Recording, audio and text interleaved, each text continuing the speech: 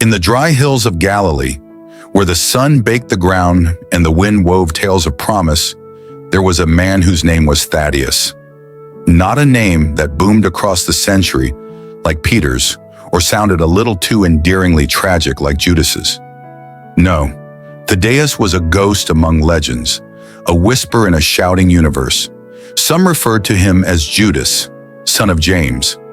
Not that Judas, mind you, but Thaddaeus, a name that stuck, a name as soft as a prayer. He wasn't a fisherman dragging nets or a tax collector tallying coins. Tradition holds that he was a craftsman, perhaps a stoneworker, his hands worn from chipping rock, his heart as steady as the stones he molded. This is his story, a story of silence, of courage, and of a fire that burned more brightly than anyone anticipated. A village near the Sea of Galilee, perhaps Cana or Capernaum, thick with dust and the sound of tools. Thaddaeus led a simple life. His father James, a mason himself, taught him the trade. Hands guiding hands over rough stone, shaping it into walls, hearths, homes. He wasn't rowdy or loud. He listened more than he talked. He was steady. They knew him as Steady, the guy you'd call when you needed something solid built. No grand dreams of glory, no restless hunger for more, just a man happy with his leaves. But Galilee back then wasn't where quiet lives went to die. Rome hung like a vulture. Taxes sucked the blood from the poor, and rumors of a Messiah flitted about. Thaddaeus listened to them, though he continued to stoop, his chisel at work. Then came the day it all shifted. It wasn't a storm or a battle that disturbed Thaddaeus' world. It was a man. Jesus of Nazareth entered his life, or Thaddaeus entered his. The Gospels are silent on how they met, but let's just imagine. Wiping brow, Thaddaeus looks up from his dank work to see a crowd following this teacher. His cousin, some believe, was John the Baptist, so maybe Thaddaeus had heard the wild prophet's cries of the one to come. Jesus paused. His gaze had fixed upon Thaddaeus, not in ire, but with an understanding that cut through the earth and rock. "Follow me," he said. No fanfare, no explanation. Thaddaeus set down his chisel, his hands shaking, not from fear, but from something he couldn't name. And just like that, he was apostolic. Thaddaeus wasn't the leader that Peter was, nor the beloved that John was. He was one of the 12, yes, identifying himself in Luke as Judas, son of James, in Matthew and Mark as Thaddaeus. But his voice rarely penetrated the din. He had seen Jesus turn water into wine, feed thousands with a few loaves, heal the blind. Once by the Sea of Galilee, Thaddaeus had stood on the fringes of a crowd, marveling as Jesus stilled a storm with a word. The others gasped. Thaddaeus peered in silence, his heart racing. He was no one for big postures, but his faith grew like the seed in dark soil. Slow, steady, never seen. Jesus saw it, though. He always did. The Last Supper, that evening of bread and betrayal, finally granted Thaddaeus a moment to talk. It was a heavy room, shadows flickering on the walls as Jesus broke bread and poured wine. "I'm going," Jesus said, "to make ready a place for you." The others shouted or sobbed, but Thaddaeus, quiet Thaddaeus, spoke up.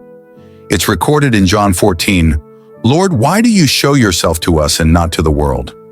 Straight, no chaser, a question from a man who'd been paying attention all along. Jesus replied, ever patient, "If anyone loves me, he'll keep my word, and my Father will love him, and will come to him." Thaddaeus nodded, repeating those words, a stone turning over in his hands. He didn't need to add more.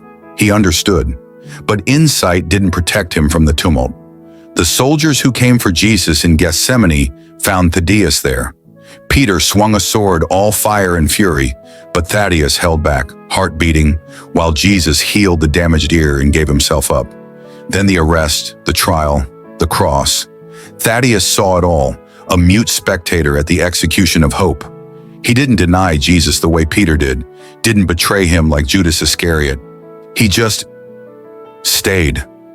When the tomb was sealed, Thaddaeus stood by, hands balled, wondering whether following had been a mistake.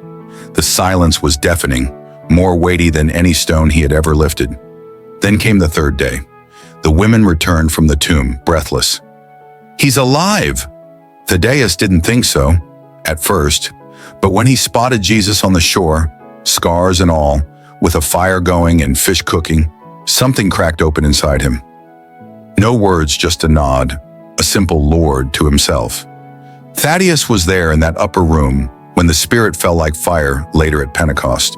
Flames licked above him, and finally the restrained man spoke, boldly in ones he had never studied, declaring the risen King. The craftsman had turned to the role of a herald, his voice traveling further than his hands ever could. Thaddeus did not sit still after that. Tradition holds that he carried the gospel well beyond Galilee, to Edessa in Syria, perhaps Armenia, even Persia. You can imagine him, a stranger who walked the winding roads, wearing a tunic that now hung half-torn from his back, and calloused hands that once made tents, but were now crammed with scrolls bearing almsgiving and signs of truth. In Edessa, they say he cured a king, Abgar, whose face was disfigured by disease.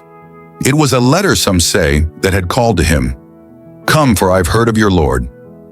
Thaddeus did not go for fame. He went because he could not refuse the call. He preached, he prayed, and they listened. Not throngs like Peter attracted, but sufficient to plant seeds that sprouted into churches. The road wasn't easy.